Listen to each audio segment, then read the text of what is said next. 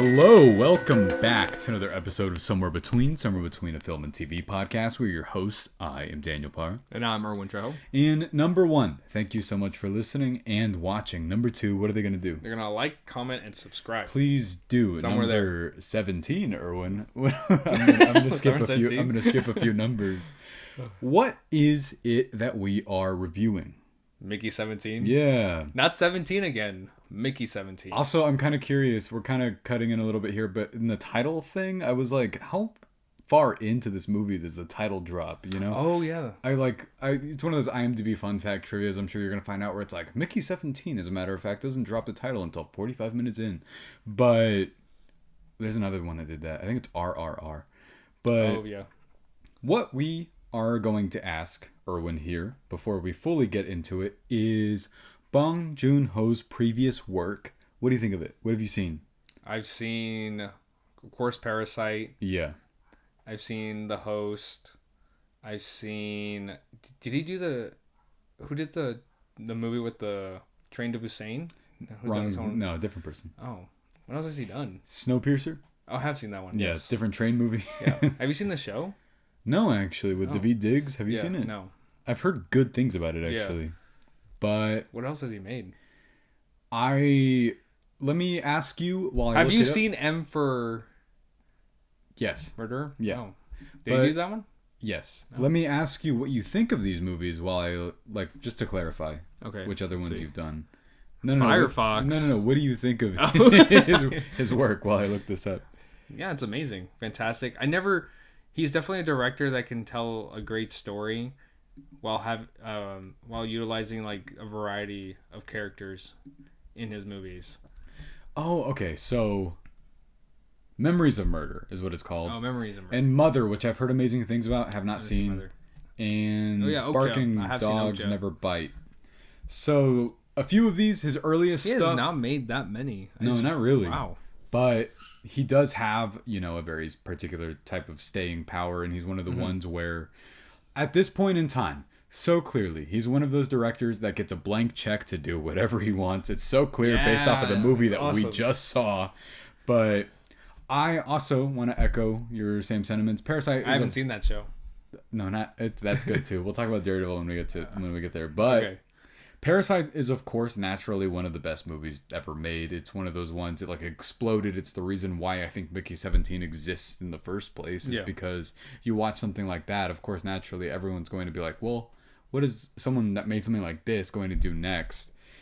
Okja, first time I saw it, I liked it. I appreciated it. I didn't think I quite got on its full wavelength, but then I saw it again just a couple of years ago, and that's one of the most prime examples I can think of I think this movie's incredible, and I'm glad that I saw it again because I think I only saw it once, but I remember loving it. Yeah. It's very... We're going to bring Okja up again because that's the one that's most reminiscent here. Snowpiercer, I think, is an amazing movie. Not what you think it's going to be. But what do all of these movies have in common for me is their themes and allegories are maybe about as unsubtle as it gets. I think that when it comes to his American films, they're funnier and they also wear their themes on their sleeve, basically. Leading into all of that and prior knowledge as well, with this movie, did you love it? Did you hate it? Or are you somewhere between? I loved it. Yeah? Yeah, I did. Okay, so even while watching it, I've seen some of the responses to this movie. I've seen that... What are they saying? So it's at 78 or 79% on Rotten Tomatoes, but some of the people that have hated this movie hate this movie. Why would they hate? They think it's too over the top. They think that it is super unsubtle, which, I mean, that's a critique that I understand. But they also think that it's messy, unfocused, and while I understand where all of that's coming from, I'm not that. I also love this movie quite a bit. See, okay, I guess when we talk about it, we'll talk about it. If there were anything I would say, I think that this movie actually has a whole lot to say, because of course it does, but it makes 6 different themes relevant at once. I feel like it's a really tricky balance, and I respect that a movie with this budget is like this. There's it's sort of an adventure-y comedy thing, but it's also really dark and violent and off-putting simultaneously. It definitely makes you question a lot of things and like the choices and like the ethical principles of like of what the themes are going on in the movie. Yeah, and before we get into all of that, because that's going to be like everything we review has full spoilers. What did you love about this? What I loved about this was like the characters in the movie. Yeah. Especially, of course, with like Robert Pattinson as like the variations of Mickey's, but also the world building. Yeah. I don't know. I think whenever it would focus back and forth with like the editing style of like showcasing like different story points and how it's going to be utilized later on in the movie. Right. And one of them being like how are we going to deal with the fact of a possibility of being multiples. Right, yeah. And they used an example of a scientist who was a multiple and was also a murderer on the loose. Which and I loved. That was like, yeah. And they casually just bring it in saying like, well, all these philosophers and scientists and all these debates are having like whether or not like, or do you consider these people as just like each individual, or is it just one person? Yeah. And religious beliefs as well. It's like one body is one soul. Yeah. So I like bringing up all those ideas definitely helps a lot with like the emotional toll when you got to see Mickey 17 and Mickey 18 as well. Because it's one of those natural questions that you're going to ask where 18 is such a different being than 17, but I feel like the point that this movie is making is that you are kind of being beaten down by your job, by the system, by anything having to do with working for the higher whatever it is, that you start to kind of lose yourself in that also this like Snowpiercer. Snowpiercer is also quite literally about climbing your way to the top, like that, and it is a literal. He shows it visually. Like there's no way to miss it. Here, same thing. It's basically this entire movie is the equivalent to that SpongeBob meme where it's the guy. It's like, look at you in your first day of work. You were so happy. Oh, it's just, but this would be like Mickey 17 or Mickey 1 and then Mickey 18. I love the question they kept asking too towards Mickey. It's like, what does dying feel like over and over again? And it kind of, and the answer that Mickey always gives seems so like a response you would give. It's like, how are you enjoying your work? Like, it's, it's whatever. It happens. At my job, this is such a common older man response is living the dream. That's it. There you go. Yeah. I hate that Just recently, I got another day in paradise, and then they call me Big D. But I would too.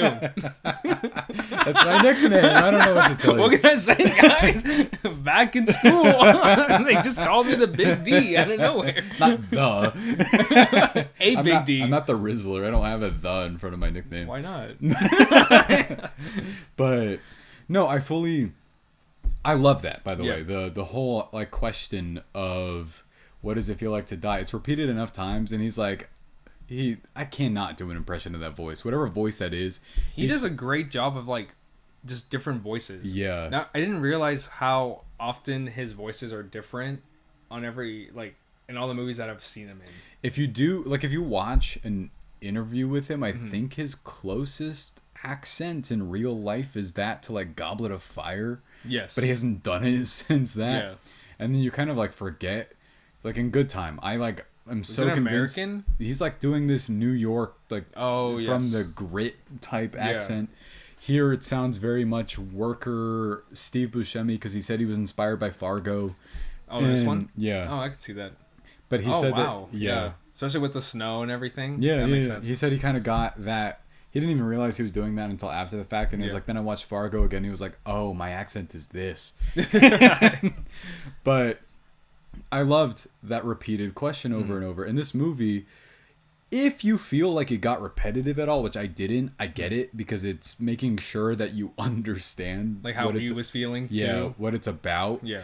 And this like constant barrage of this is work, like this is the work. And even at the beginning, like something that I also loved, which you brought up already, there's good narration is amazing. Yes. And I feel like the whole back and forth, the setup is a little bit long, the expository part of it, the exposition. Yes. But I thought that was okay, just because this movie, in terms of what it's doing, it definitely has a kind of first half and a second half, I feel.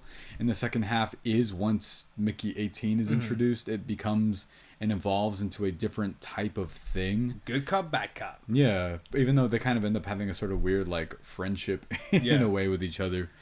But alongside all of that, I loved the whole, like, the joke about, like, did you read the contract that you agreed to? And he's like, I should have read the paperwork. And this movie has some sort of weird tone balance for sure. Yes. Because they're on the run from, like, there's a lot going on in this movie, by the way, but they're even on the run from some sort of loan shark, and because they owe money for, like, a macaroon shop. Yeah, because it's like macaroons are better than burgers or something, and you're like, what? Like, that's and the shirt said the macaroon is not a sin. I think. Yeah, it's exactly what it said. You're like, what is that? I was like, okay. Honestly, I don't know if it's a hot take. I don't agree with that, but I never thought, not the sin part, but macaroons are a sin. You're going to hell. No, I mean more so like, I love macaroons. I don't Way think too they're expensive, better. though. I don't think they're better than burgers, though. But who's about to make that comparison? I don't know. That's a weird comparison. But what else did you love about this? I loved what I love about this movie is also the characters in it. So introducing like Mark Ruffalo and Tony Collette. Yeah. And Steven Yeun. Yeah. Just like every character just like felt like their individual person. Yeah. And they always have like these unique characteristics about them that set them apart from everybody else. And when they all have a conversation with one another, it definitely feels like a believable situation that they're all in. Yeah. And that's what I really like about his like movies as a whole, like at least the ones that I've seen. Yeah. He definitely makes it. Definitely puts it as like an important thing where the characters drive the story and push the story along. I don't think I've ever seen one of his movies where the narrative drove everything. Yes. Essentially what happens is characters are introduced first and foremost, and then everything else around them, their world, whatever. Like the choices that the characters make drive the story. And that's what I love, because Okja has some character choices that frustrate you. Parasite has some character choices that frustrate you. And this is all for the sake of the characters growing. I think he is unparalleled with coming up with, even though this takes place more in like an actual reality, Parasite does, he is still so good at introducing you to a world, a part of the world, whether it be Okja or Parasite or this one, and you just understand everything going on. Like something as simple as whenever they were talking about, we're going to go colonize a different planet, we're working on like a spaceship, and then you just kind of accept where you are. You're like, this is reality. Like you kind of forget. Okay, this makes sense to me. There's 17 Mickeys, and then like there's 18 now. Yeah. Like, oh my god, I can't And it's like very subtle too, where it's Yeah. like Mark Ruffalo's character is like he's lost like the last 2 elections. Yeah. And everything, and that's why he's leading this like expedition. Yeah, to go and like try to, he wants to be the king of wherever they're going. And I also like that, like, it's very obvious to me. Like, if we're going to start talking about, I do also love the characters in this. Mark Ruffalo is a very clear stand-in for Donald Trump, and I feel like this movie, it's interesting because he is a Korean filmmaker, but he obviously has interest in American politics or American going-ons. Okja was a lot about the meat industry. I'm sure it was a critique of Tyson as well, but we hate the Tyson company. Yeah, I refuse to eat anything. Also, their stuff does taste worse, but I just hate the fact that they own like half of all chicken products. Oh, that's true. Yeah, they have like a huge like capitalist like. Yeah, I forgot the other half. I don't know. Kirkland. Kirkland. That's what I eat. But Steven Yeun's also amazing in this. He keeps picking these like sleazy, douchey guys to play. Hey, I get it, guy. I get it, man. Like, you saw Beef, right? Yeah, I did. Yeah, he's amazing in that. He's kind of doing the same sort of like douchey energy for sure. But that's another thing. The way this movie like starts, and you're kind of like, even just from the get-go, you're sort of introduced where you think he's like already dying. You're kind of immersed in this world already. Like Niflheim sounds like something from like Thor or Lord of the Rings. Yeah, but it's true.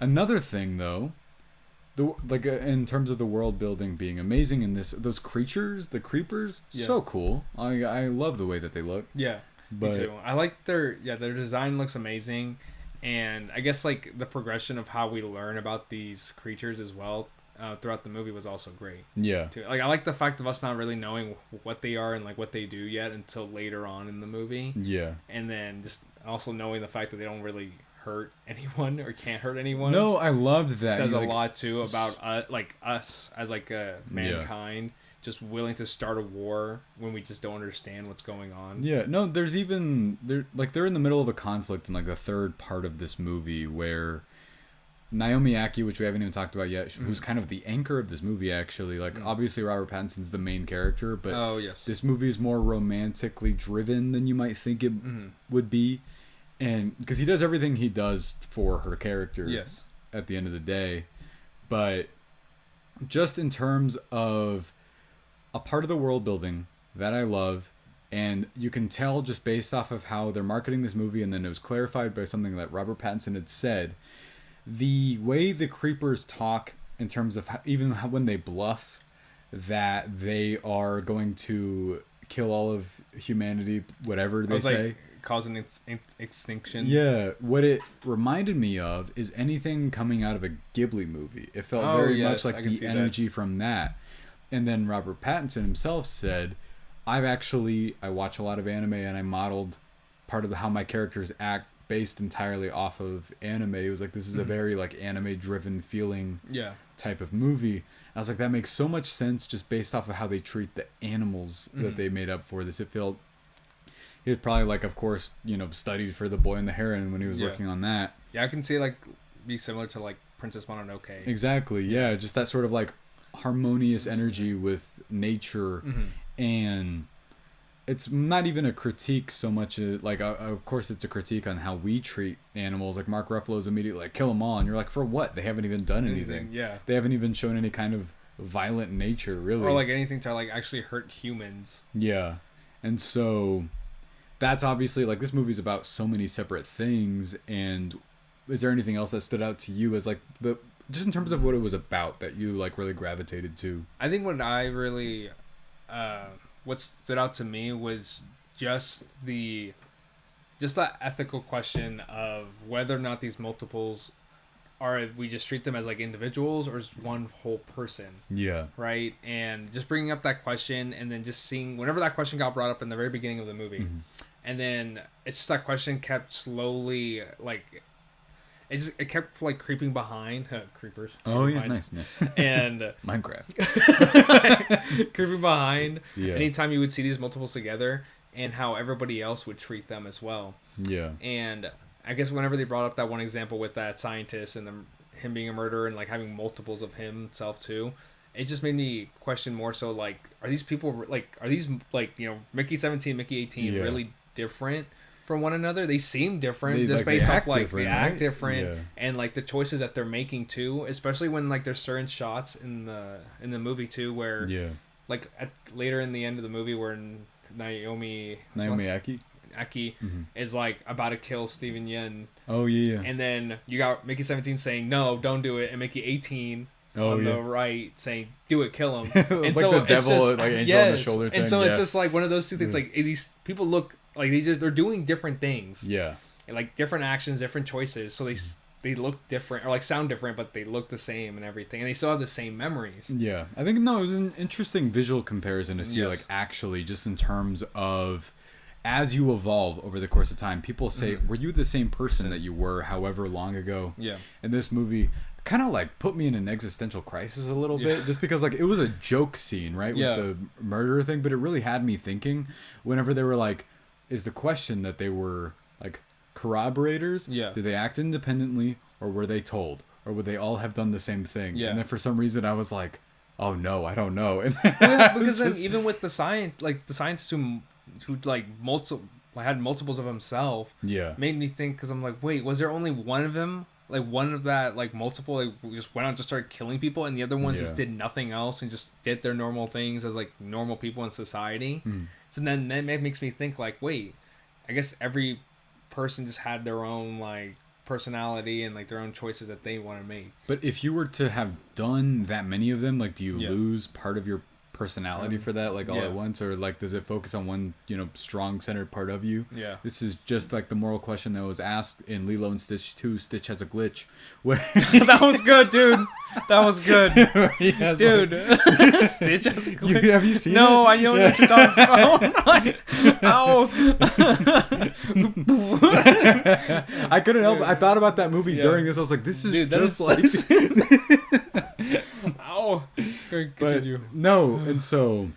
That's good. Like, this movie has so many different things going for it. Like, of course, we're going to bring up our negatives if we have any. Yeah. But I think I only have one negative. I kind of have one, but it's one of those things where I'm like, do I care that much? Yeah. But of course, we'll bring up what other people thought. Whenever we don't have too many, I like to mention what I've read. Yeah. But if you think it's messy, I understand that. But I also feel like this movie just has a lot on its mind, and that's all right. Like, did you feel like it kind of changed narratively, like thematically, what it was about, like halfway through? I think it just kept changing based off the characters and like what we're going through, because of course you have like this they have like one thing they're talking about with like multiples, and then they're having another thing about having a pure race.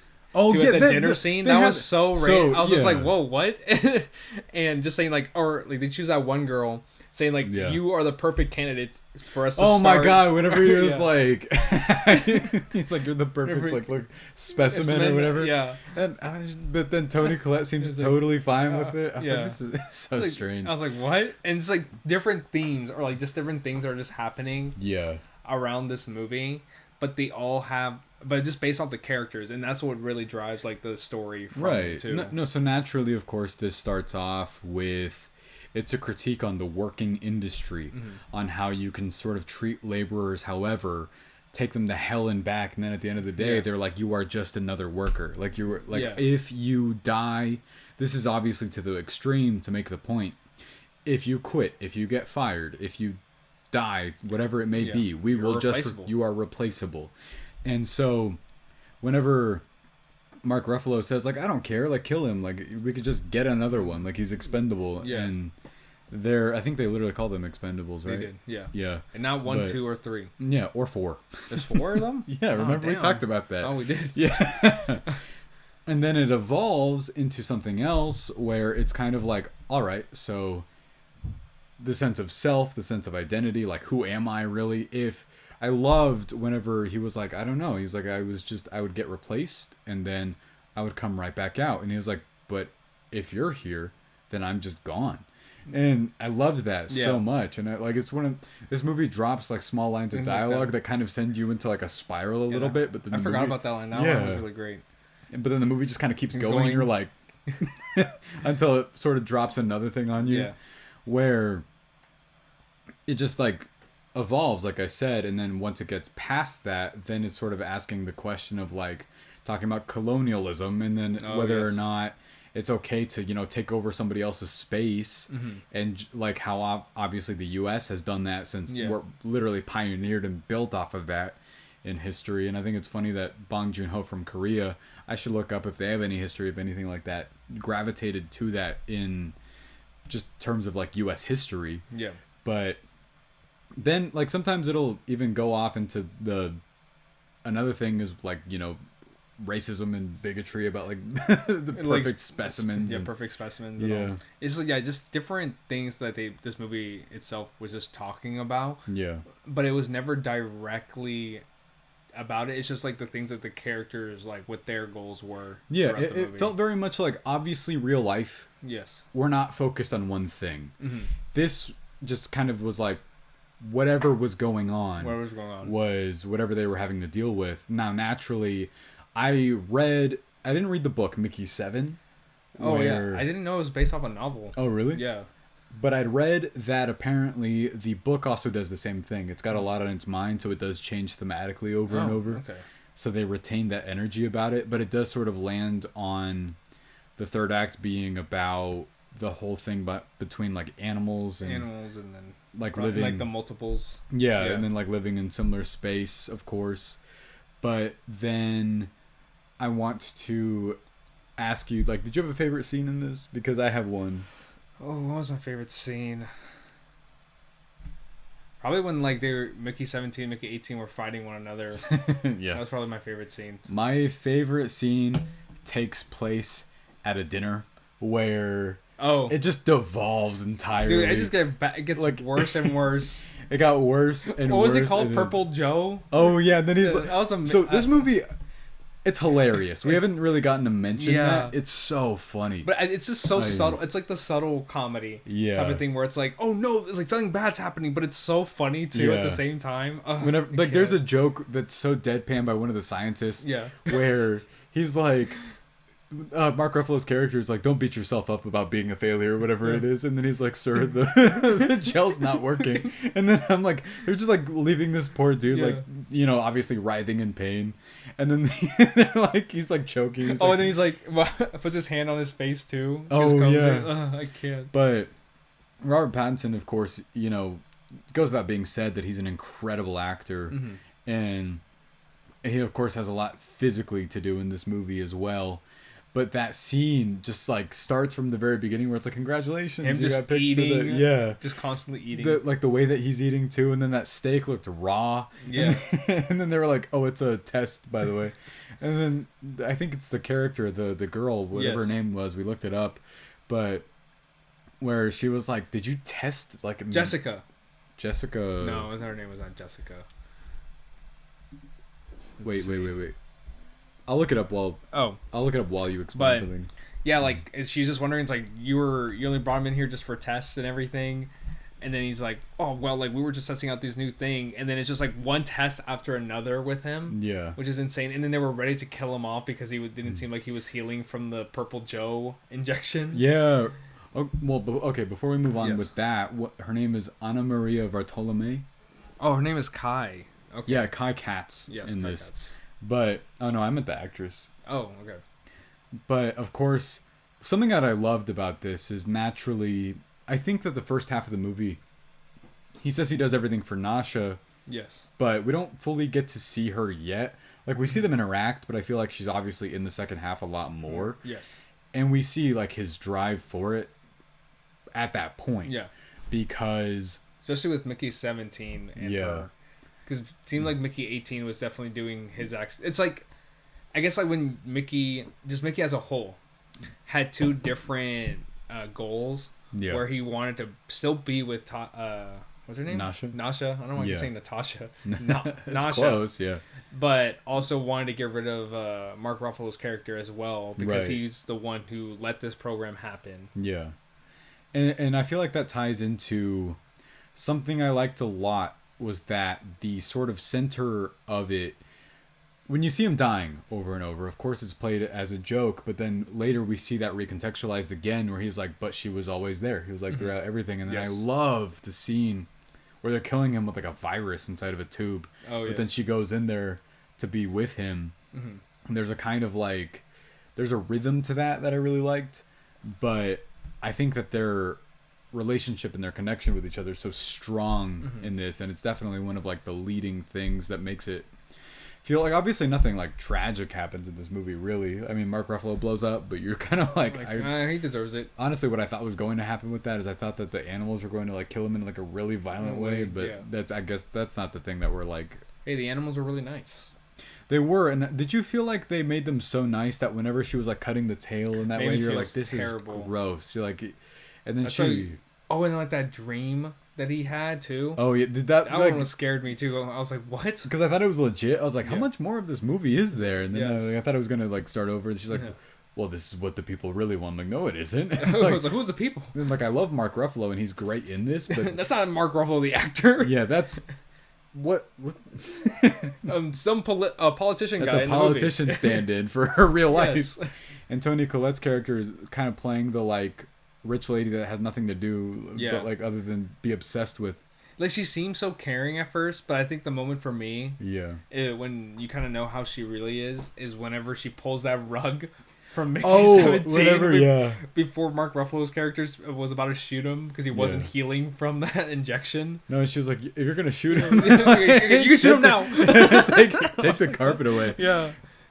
that's really funny. Yeah. I'm like, that's what I'm saying. It's like Yeah. moments like that where it's like something serious about to happen, but it comes off so funny. It's just that like dark humor sensibility where like you're kind of laughing. You're like, this situation's like fucked up, but like, let's get into more before we like any negatives or anything like that. The technical aspects of this movie. This movie was made for like $125 million budget. Oh. And it was shot by the cinematographer who shot Seven. And Dang. yeah. That's impressive. So something that I caught kind of right off the bat is this movie's beautiful. Of course it is. Even without the CG whatever stuff. The shot where he's initially in that like sign up room and you see the spiraling staircase and he's just sort of like there and you can sort of see that like it's shot in a way where everything is kind of like anchoring over him. That was beautiful. Yeah. But did any of like the technical stuff catch your eye in this? I think it's just the editing aspect too. Yeah. I think I really enjoyed that and like the way they would showcase the like Mickey 17 and Mickey 18 in like one space as well and utilizing like another character in that scene and just basically spacing them out and like trying to like showcase to you like these two different characters are in one scene but they're the same person. Yeah, so. Which honestly I always find that so fascinating to like how it works around that, like the camera tricks and like the editing process around it too. You start to kind of like lose the sense that that's two like it's one person, you know, but you feel like they're me separate. Believing Parent Trap. I was about to bring up the Parent Trap, yeah. Or Zack and Cody, but dude, they're obviously different. No. Dude, they're obvious. Like yes, they're twins, but they're definitely do have different heads. They're like, but one was taller and the other one wasn't too. Yeah, one was skinnier. The other one was a bit bigger. Yes. Yeah, but honestly, let's see. Do you have any more positives? Those are all the ones I could think of, to be honest. Okay. So let's move on to our negatives, if you have any. I hate this movie. All right. What if you're just like, we just talked positively for half an hour. You're like, all right, here's my other problems. It's like an hour long. Here's an hour long. Too many Mickeys. My only negative was probably just the beginning, I would say. Yeah. But even then, it just wasn't, it's not much of a negative, but I think it just took a minute for it to like actually start where the movie was like essentially gonna start. Yeah. So. See, I kind of had a similar thing, but I wouldn't call it a critique. I was just more so kind of like, I'd seen that trailer a lot. Yeah. So I was kind of like, you know what the premise is. Of course you do. And so you're sort of like wondering, waiting, when does the other Robert Pattinson show up? But then you're kind of also along for that ride just because I thought that the narration was so investing. And I really liked his performance and just the rhythm of his voice. I feel like Martin Scorsese in particular can also get something similar done when it comes to a lot of editing back and forth, a lot of narration at the beginning of a movie. Yeah. It's hard to pull off just because exposition can feel so like, oh my god, I get like, okay. Yeah, especially if like whenever you would showcase like a scene that happened in the past. Yeah. And those characters in that scene aren't really talking. They're just moving around. Yeah. And they're just acting based off of like what the narration is going off of too. Yeah. It kind of just feels very, I don't know, lazy in my eyes too. That's why but I never felt that way with this, you know? Just because you're like, this is the movie. Like, this isn't necessarily... I didn't feel like there were any cop-outs. I didn't feel like they were kind of compromising on any sort of storytelling. Especially when it comes down to... Once you start getting to the more jokey aspect. Where's the prime scientist? The main guy? Yeah. Yeah. That was cool. I thought it was like... It kind of seemed like Matrix. Yeah. To me. No, all that stuff was like really cool. Yeah. And then that... I think speaks volumes about the world building here as well. Like, once it was done, I thought about this movie a fair amount. I saw it today. It's Tuesday, and I saw it on Sunday. I've like kind of thought about it nonstop. Yeah, and that it felt real. It felt like a real thing, and of course, in a scary way, it kind of echoes the sense that you do feel like some of this stuff is a possibility in the future. But is that? I think they're already doing cloning, but not to that extent. Though. No, just like with dogs. With the animals, yeah. Yeah. I guess that also asks one more question of, this is just me like asking you this because it's kind of a question posed by this. Do you feel like there's a sense of, is there any kind of like danger to just, if you just kept repeating like your life, Oh, do you feel like cloning on like myself? Or like yeah? Do you think like it loses your sense of self over the course of time? I think you would start taking less risk. Yeah. Because you're like, well, I am going to come back again, so why take a risk now? And that's why I feel like Mickey 18 was sort of like kind of flat in terms of some of his reactions. He also gets super angry. Yeah. But I feel like it's just because you start to harbor a kind of weight with you where you're like, if my whole like, you know, goal is just to die, then yeah. I can see like the positives of multiplication.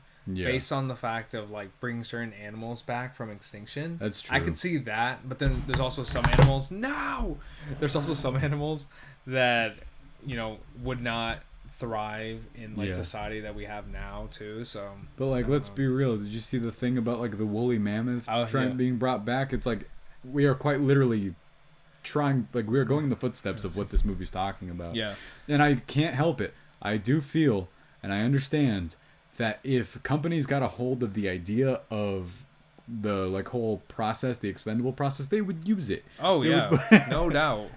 Or like that, or it's like from Futurama or like some other futurist movies where it's like they keep your brain in a jar, and that way you can like somehow like later in the future like bring yourself back. I mean, and don't get me wrong, I'm coming for Walt Disney's head, but oh yeah, I remember them saying that. It's in that show too. Yeah. I think a lot of people said that the reason why this is a stupid ass conspiracy, but the reason why Walt Disney I love a good conspiracy. Walt Disney made the movie Frozen. That's how you know that that's stupid bullshit. Is that they're like, or Disney made Frozen, so if you looked up Disney Frozen, that Frozen head wouldn't come up, and instead the movie Frozen would come up. But smart, they're good. That's so fucking no, and that's why they made the second Frozen movie, because now we know not Disney Frozen, Disney Frozen 2. I'm gonna call it Frozen head to head in the third one. Can I get Disney Frozen head to head? No. But no, I guess I don't necessarily have any negatives with this outside of the fact that I guess I was just sort of like, but honestly, I've just been sort of debating my score for like 2 days now, just because I was kind of like. I just saw this movie today, guys. Yeah, I kind of want to do it. But let me. Oh wait, I'm gonna go first. Yeah, let me ask you for what's your score? Yeah, 4.5 out of 5. So that was my initial reaction. I am going to watch it again, just because this is a movie I do want to watch again. Mm-hmm. Is one of the you remember our Kinds of Kindness review? I was like 4.5, but I would give this a 5 out of 5 if I watched it again. I think I'm gonna do the same thing. I think I'm going to put 4.5 out of 5, but I want to give this a 5 out of 5 really bad. Wait. If we somehow come back to this at the end of the year and it's on like it's March, you know, it's early. Yeah. But I will clarify after I've seen it again if that changes at all. Mickey 17 will be the next Dune 2. It is March, yeah, they came out last March. Yeah. But yeah, we thought this was amazing. I'm gonna just address really quick, like what I said, some concerns that people talk about. Some of the negatives, people thought it was too slow, a little too long, but I guess if you don't find the world building, I don't think that's what made the movie so interesting to me too. It was just the fact, like, just the characters and like the world itself was just more than enough interesting. Yeah, and you're so interested, like even just looking at the backgrounds alone when they're walking through the snowstorm or whatever it is, it's so visually dynamic and interesting that you like. I wanted to be in that world. This is a very long movie. I wouldn't cut any of it. Those creatures look like mammoths. They look like a combination of the big queen one. They look like a combination of that and then like roly-polies or something like that. Yeah, roly-polies. Yeah, they kind of look like have like a bug hybrid looking thing. Yeah, they're both adorable and kind of ugly. But ugly. Wait, continue. I'm sorry. Yeah.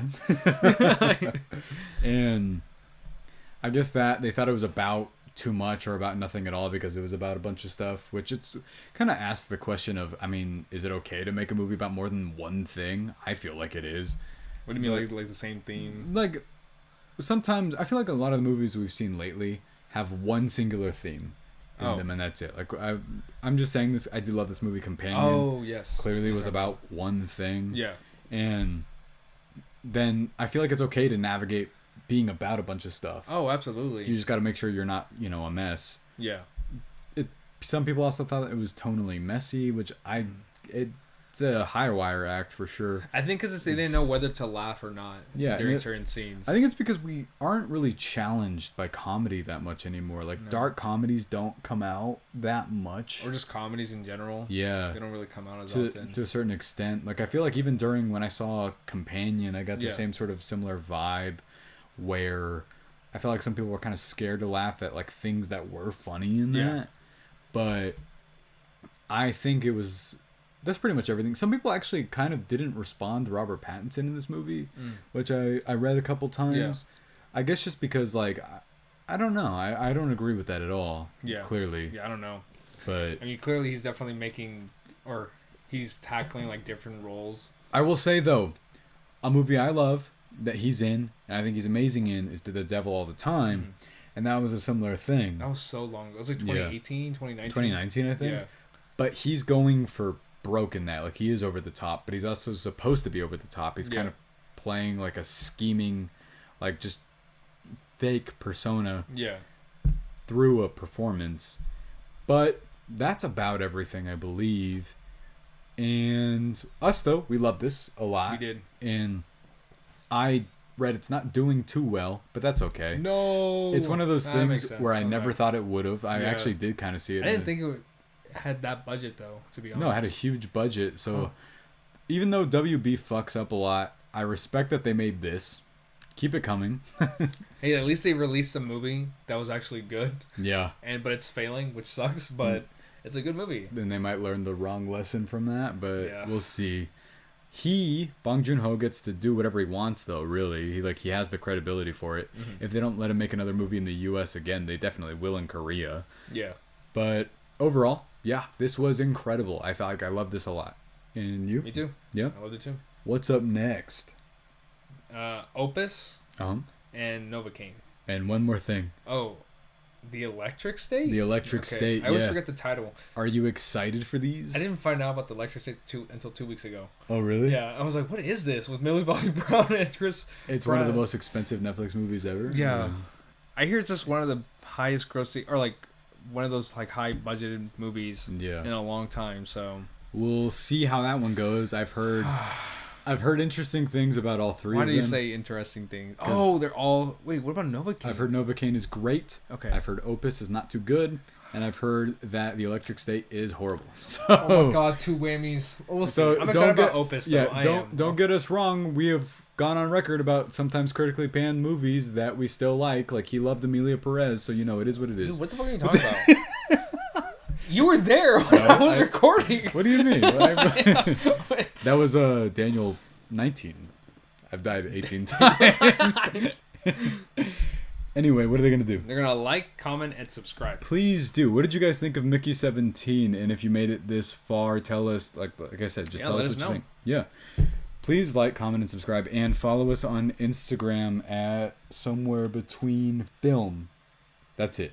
Yes. Thank you guys so much for listening and watching. We will see you next time.